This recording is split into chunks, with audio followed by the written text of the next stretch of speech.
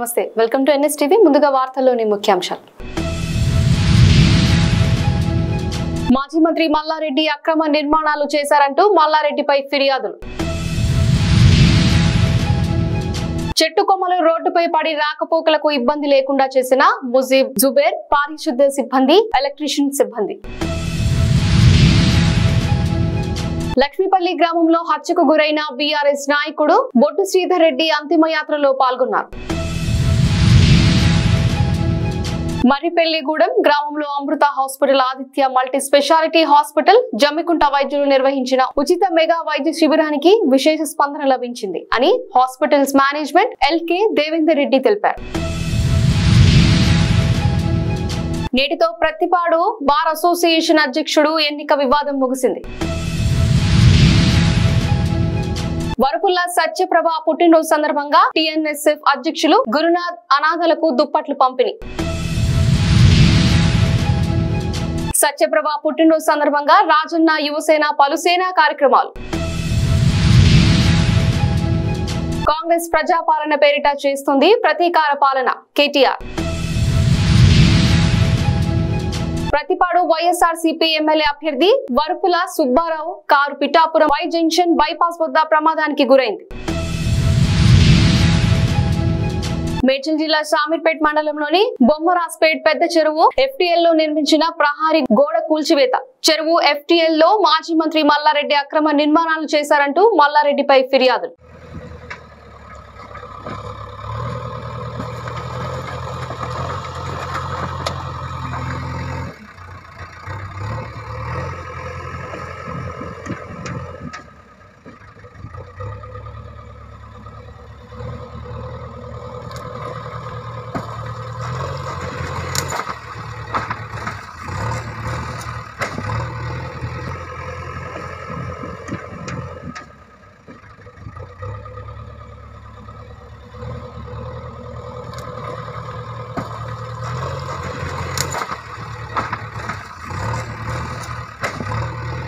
జగిత్యాల జిల్లా మెట్పల్లి పట్టణంలోని ఈ రోజు municipal commissioner Shri T Mohan గారి ఆదేశాలతో 26వ వార్డులో గ్రంథాలయం ఎదురుగా రాత్రి గాల్పులకు వేప చెట్టు కొమ్మలు రోడ్డుపై పడి రాకపోకలకు ఇబ్బంది అవుతుండడం వలన అమరేందర్ ఏఈ గారు తక్షణమే స్పందించి ఎలక్ట్రీషియన్ సిబ్బంది, మున్సిపల్ సిబ్బంది ద్వారా చెట్టు కొమ్మలను తొలగించి ప్రజలకు రాకపోకలకు ఇబ్బంది లేకుండా చేశారు.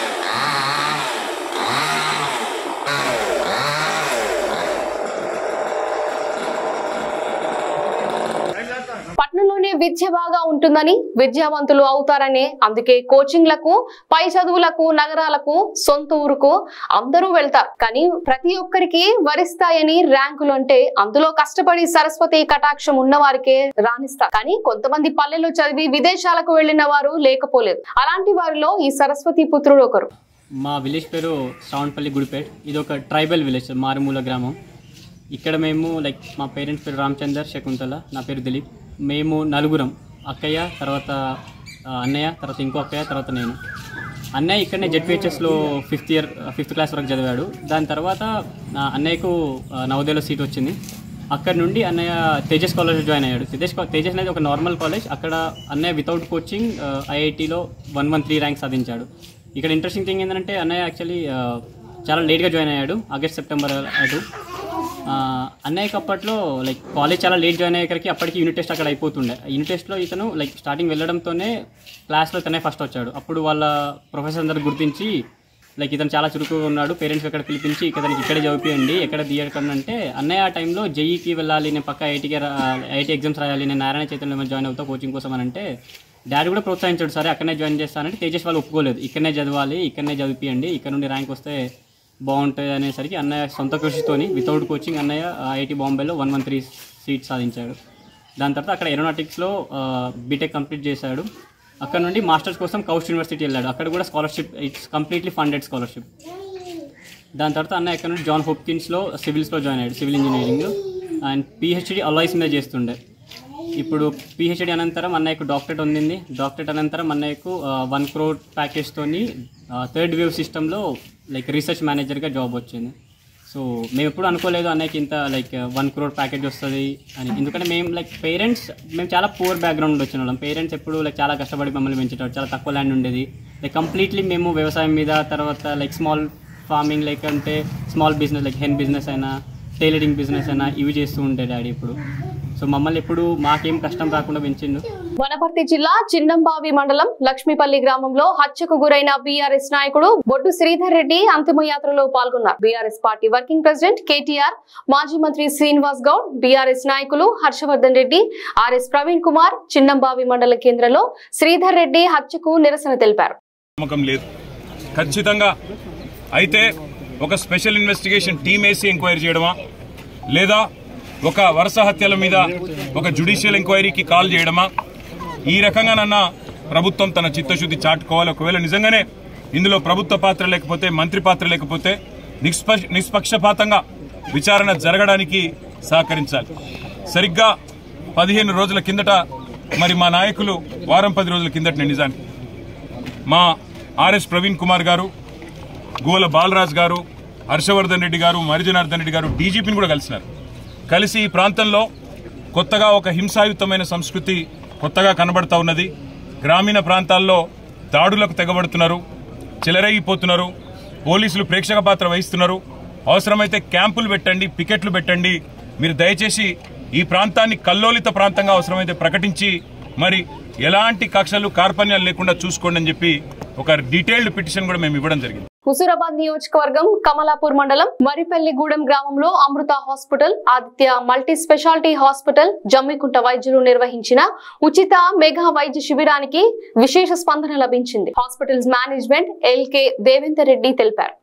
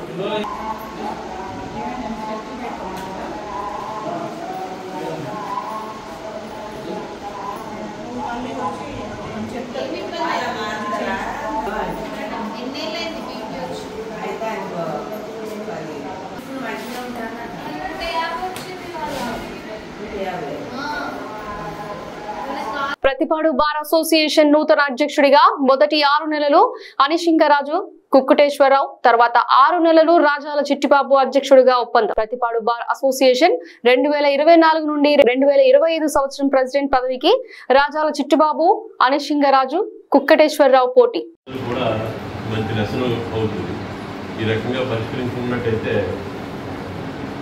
ఏ కార్యక్రమాలు చేయడానికైనా సరే అందరూ కూడా ముందుకు రావడం అనేది జరుగుతూ ఉంటుంది. దానికి చిట్టిబాబు గారు చాలా సహకరించారని చెప్పాలి ఈ వ్యవహారానికి. అంచేత చిట్టుబాబు గారు కూడా మరొకసారి నేను ఆయనకి ధన్యవాదాలు తెలుపుతున్నాను. ఆయన సహకరించడం వల్లే మన బాల యొక్క పేరు పరిస్థితులు కానీ ఈరోజు ఈ కార్యక్రమం జరుపుకోవడానికి కానీ రథాల చిట్టుబాబు గారి యొక్క ఆయన మనస్తత్వంలో రీచ్ అయితే, ఆయన వ్యవహార శైలి అయితే ఇంత అందంగా మనం ఈ రోజు ఇలా జరుపుకోవడానికి కారణం అవుతుంది.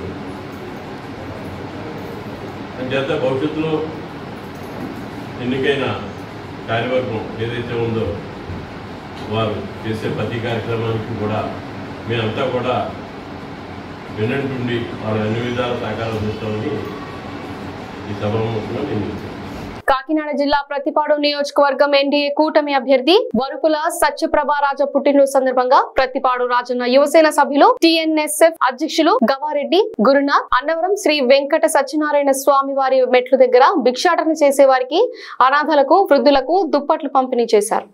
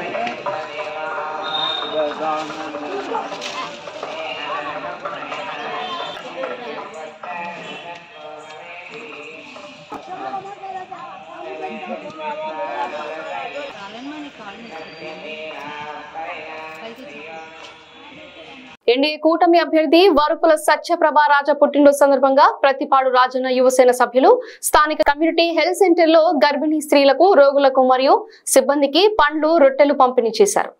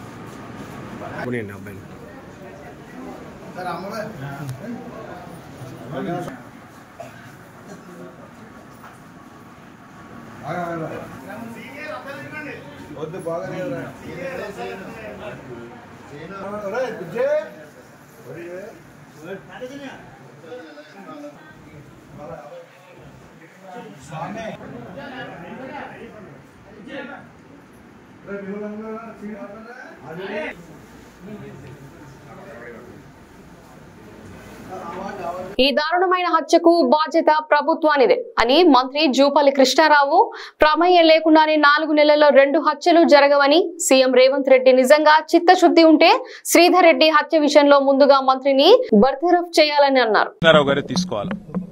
ఎందుకంటే ఇది మొదటి హత్య కాదు కొల్లాపూర్లో. ఈ ప్రభుత్వం వచ్చినాక పేరుకేమో ప్రజాపాలన, కానీ చేస్తున్నది ప్రతీకార పాలన.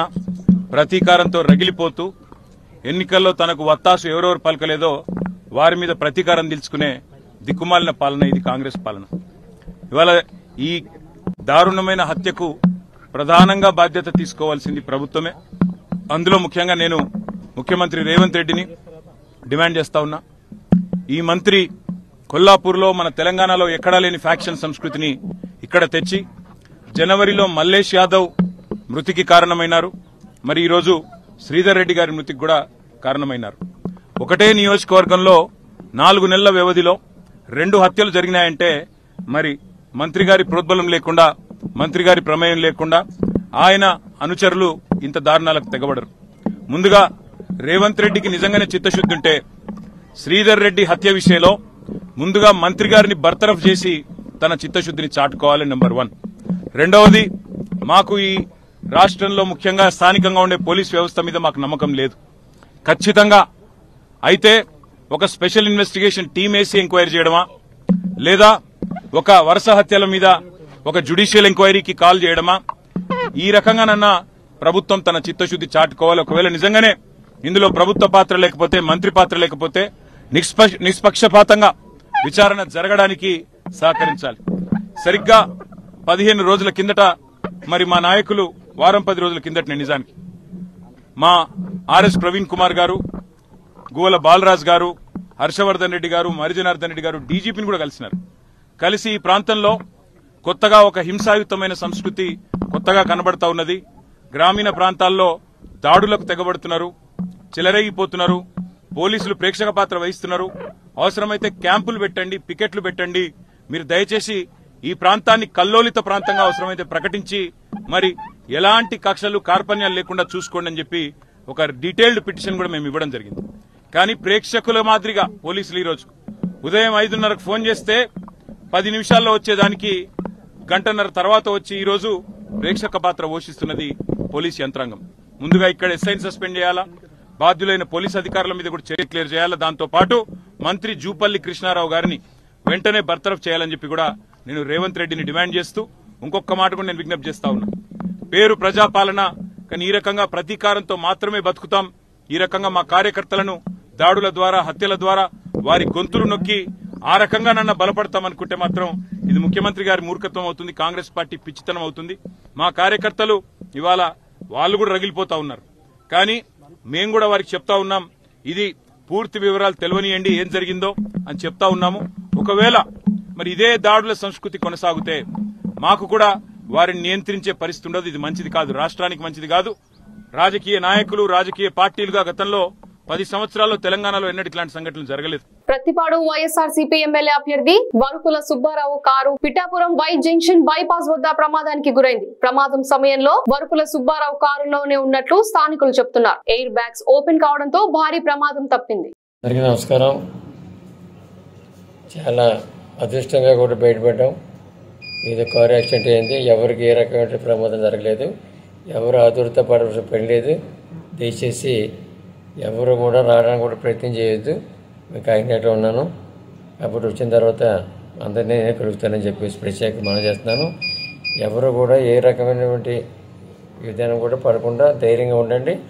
ఎవరికి కూడా మాకు ఎవరికి ఏ రకమైన ప్రమాదం జరిగిన విధానం లేదు. జరిగినటువంటి యాక్సిడెంట్ చూసుకుంటే చాలా ప్రమాదమైన పరిస్థితి జరగాలి. ఆ భగవంతుని దయ వల్ల అందరం కూడా చాలా బయటపడ్డాం. ఎవరికి ఏ రకమైనటువంటి కూడా ఇబ్బంది లేకుండా మనం బయటకు వచ్చిన సందర్భం జరిగింది. కాబట్టి ఎవరు కూడా ఆదుర్దపడాల్సిన పని లేదు. ఎవరు కూడా దయచేసి రావడానికి ప్రయత్నం చేయొద్దు. నేను అందరినీ వచ్చిన కలుస్తానని చెప్పి ప్రత్యేక మనం చేస్తున్నాను.